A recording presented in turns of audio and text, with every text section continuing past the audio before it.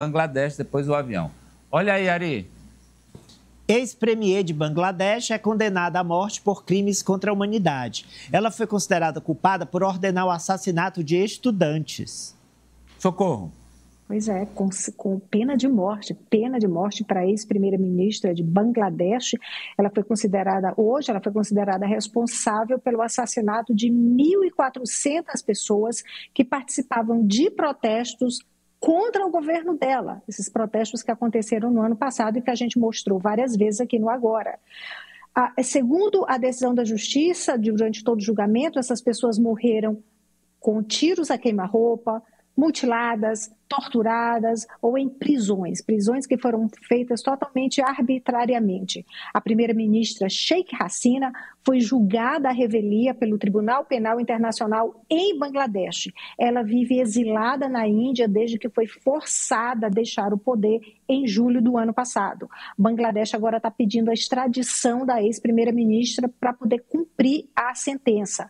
Uma das provas que foram usadas no julgamento foi um áudio vazado em que a então primeira-ministra dava ordens para a polícia usar armas letais contra os estudantes. Praticamente, olha, mata, pode matar que não tem problema.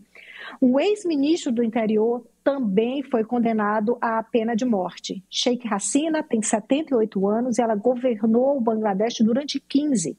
Os estudantes começaram os protestos no ano passado contra uma cota para preencher cargos públicos. Esse sistema de cota havia sido abolido e o governo voltou a usar esse sistema de cota, que era 1/3 das vagas era reservado para parentes de veteranos da guerra de independência do país contra o Paquistão.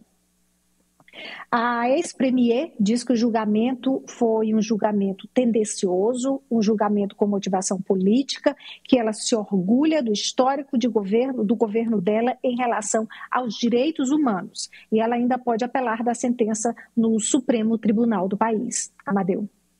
Ainda fala em direitos humanos, Alessio. Ela reitera, né, Amadeu, ainda esse posicionamento. Ela diz, inclusive, que é orgulhosa de situação como essa. Porque se aconteceu no governo dela, ela se diz orgulhosa da chacina, que inclusive é bem próximo do nome dela, né? Ficou bem semelhante. Só que assim, ela não se acovarda, né? Diferente de vários outros ditadores, várias pessoas que fazem movimentações semelhantes, não se acovardaram, pelo menos, né? Manteve a palavra. Não se acovardou. Não entendi, não, Ari. Não se acovardou?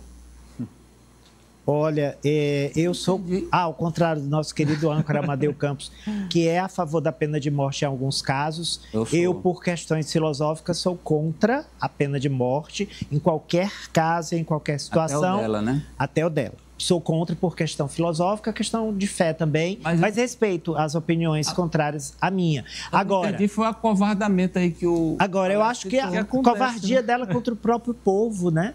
E não, ele disse que há outros líderes que se acovardam, ele falou aí. Não sustentam a ação, dizem que não fizeram, ela não. Meu mito. Fala. Fecha, Francis Teixeira, vai. Mas esses protestos que foram marcantes, protestos da geração Z contra um governo autoritário. Então é triste que Bangladesh, que já passou inclusive por vários períodos de instabilidade desde que se tornou independente em 1971, continue vivenciando aí crises políticas, apesar de ter crescido bastante nos últimos anos, mas ainda é um país bem pobre da Ásia. Vamos lá, Socorro, agora o avião do ministro da Mineração do Congo pegou fogo.